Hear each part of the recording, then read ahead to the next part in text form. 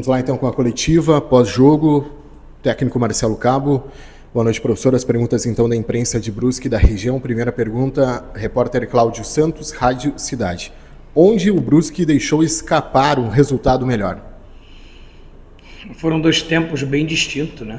A gente fez um bom primeiro tempo e um segundo tempo para se apagar. A gente fez um primeiro tempo onde a gente, dentro do Moisés Lucarelli, fomos dominantes, criamos as melhores oportunidades, tivemos posse de bola, tivemos adentrar ao último terço, então foi um bom primeiro tempo onde causamos muita dificuldade para a Ponte Preta. E um segundo tempo para se apagar. O segundo tempo completamente diferente, onde a gente não conseguiu competir, deixamos o adversário à vontade no jogo.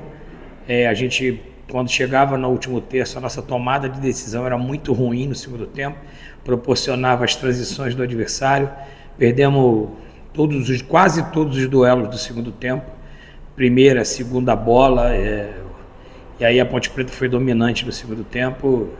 No segundo tempo nós não fomos nem sombra do que fomos no primeiro tempo, e talvez tenha sido o pior tempo que a equipe fez sob meu comando, e aí culminou numa derrota que a gente hoje não poderia ter desperdiçado essa oportunidade de sair aqui com 3 pontos. A gente faz o segundo tempo como o primeiro, certamente a gente ia sair vencedor dessa partida. E o segundo tempo me preocupa pela falta de competitividade da nossa equipe, que é uma marca da nossa equipe. Nossa equipe é bem competitiva e o segundo tempo nos faltou também um apuro técnico melhor para que a gente pudesse, concluir aquilo que a gente construía até chegar perto da área da Ponte Preta. Então, assim, foram 2 tempos bem distintos.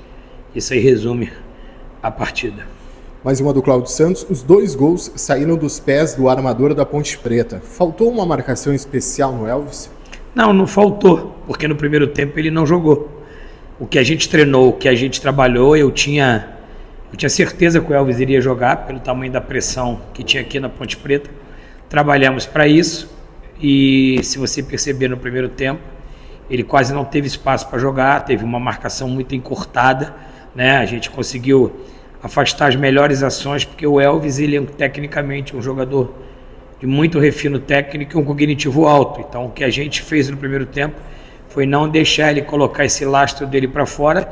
E como falei anteriormente na pergunta anterior, o segundo tempo a gente teve uma marcação frouxa, a gente não encurtou, não competiu, perdemos a primeira, a segunda bola. E todas as vezes, como falei na pergunta anterior, que a gente iria ter uma ação de último terço, a gente tinha uma tomada de decisão muito ruim, eles roubavam a bola, procuravam o Elvis. Então aí é o espaço que ele tinha para poder armar a equipe deles, coisa que ele não teve no primeiro tempo. Rafael, Rádio Araguaia, boa noite. A que se deve a queda de rendimento no segundo tempo? Cara, falta de concentração, falta de competitividade. Isso tudo leva você para poder fazer 2 tempos da maneira que a gente fez o primeiro tempo. A gente tinha que continuar com o nível de concentração alto. A gente teve um intervalo ainda para ajustar, para que a gente voltasse melhor no segundo tempo. A gente sabia que o tempo iria passar, eles iam ter que acelerar o jogo, eles iam se desorganizar para a gente vencer o jogo. Porém, a gente foi uma equipe completamente aquém, como falei na pergunta anterior. Foi a pior atuação da minha chegada e nosso segundo tempo aqui. A gente desconcentrado, a gente não competiu, perdemos duelo. Eles pareciam que estavam com 1 a mais dentro do campo no segundo tempo. E aí a gente promoveu as trocas e tentamos, corrigir algumas rotas, algumas situações que também não fizeram efeito. Mais uma do Rafael. E qual a sua avaliação dos atletas que entraram ao longo do jogo? Cara, assim, eles entraram numa circunstância atrás do placar, O que aconteceu hoje, até a pergunta é boa para a gente poder contextualizar, A gente está sofrendo aquele problema de final de temporada. Hoje o Brusque teve 9 ausências, 9 desfalques, jogadores importantes. A gente tinha poucas opções para frente, então eu tive que fazer até algumas improvisações, porque quando você pensa numa equipe, você tem que pensar numa equipe para iniciar o jogo e você tem que pensar nas alterações. Então a gente foi até tema de improviso. Por exemplo, com a ausência e com a lesão do Cristóvão, nós tivemos que acelerar a volta do pivô e o Roney, que estava com o tornozelo ainda com problema. Então ali eu teria 2 jogadores que talvez suportariam um tempo cada um. Eu tinha 2 jogadores para um jogo numa posição.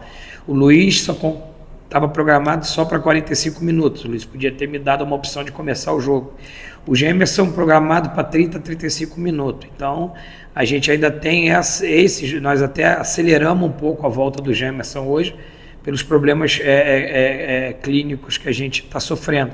A gente está sofrendo com muitos problemas clínicos nessa reta final de competição, e justamente onde a competição afunila, justamente onde a competição ela vai se definindo, vai ficando mais decisiva, e a gente vai perdendo jogadores importantes. Até que da minha chegada no primeiro mês a gente teve quase que o grupo total à disposição, e agora nesse segundo mês que eu estou dirigindo a equipe, a gente tem muitas ausências, principalmente do meio para frente, e isso aí vai refletindo dentro de campo, né, para a equipe que inicia e para as opções, mas dentro da medida do possível. Você pega o Luiz, que não jogava há muito tempo, você pega o Jamerson, que não jogava há muito tempo, o Roney entrou ainda com dificuldades clínicas, com tornozelo. Só para você ter uma ideia, a minha última substituição eu tive que aguardar, porque o Roney pediu para segurar, porque ele talvez teria que ter sido substituído, entrou no intervalo. Então, assim, são contextos assim que nesse momento nos faz muita falta, né? Essa falta de opção, principalmente do meio para frente, concernente aos problemas clínicos que a gente tem da equipe dessas 9 ausências. João Vitor Roberge, Jornal Município. A substituição do pivô foi porque ele não está podendo atuar 90 minutos ou por outra questão? Não, o pivô estava fazendo uma partida maravilhosa. Que nem eu falei da pergunta anterior, a gente continua sofrendo muito com as questões clínicas, e são 9 ausências. Tivemos com a ausência do Cristóvão acelerar a volta do pivô. A gente sabia que o pivô poderia aguentar ali 45 mais 10, 15 minutos, só que o joelho dele voltou a doer e teve que trocar ele no intervalo. O Roney também está com o tornozelo dele bastante limitado, e a gente teve que colocar o Roney, que quase que não aguenta jogar todo o segundo tempo. E esses são os problemas que a gente está tendo nesse momento agudo da competição, e isso aí está interferindo muito, né, na sequência nossa na competição. Mais uma do João. Quais foram as suas primeiras impressões sobre a lesão do Poleiro no treino de ontem? Há chances de ele voltar para o jogo contra a Chapecoense?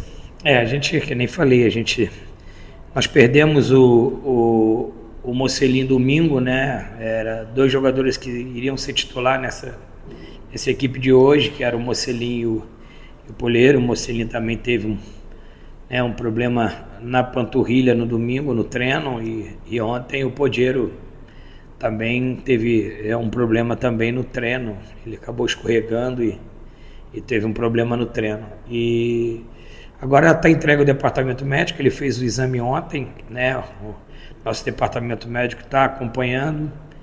A gente vai aguardar aí o parecer médico e vamos tentar fazer de tudo que ele volte contra a Chapecoense, porque tanto ele, o Paulinho, todas as ausências são jogadores importantes. Obrigado, professor.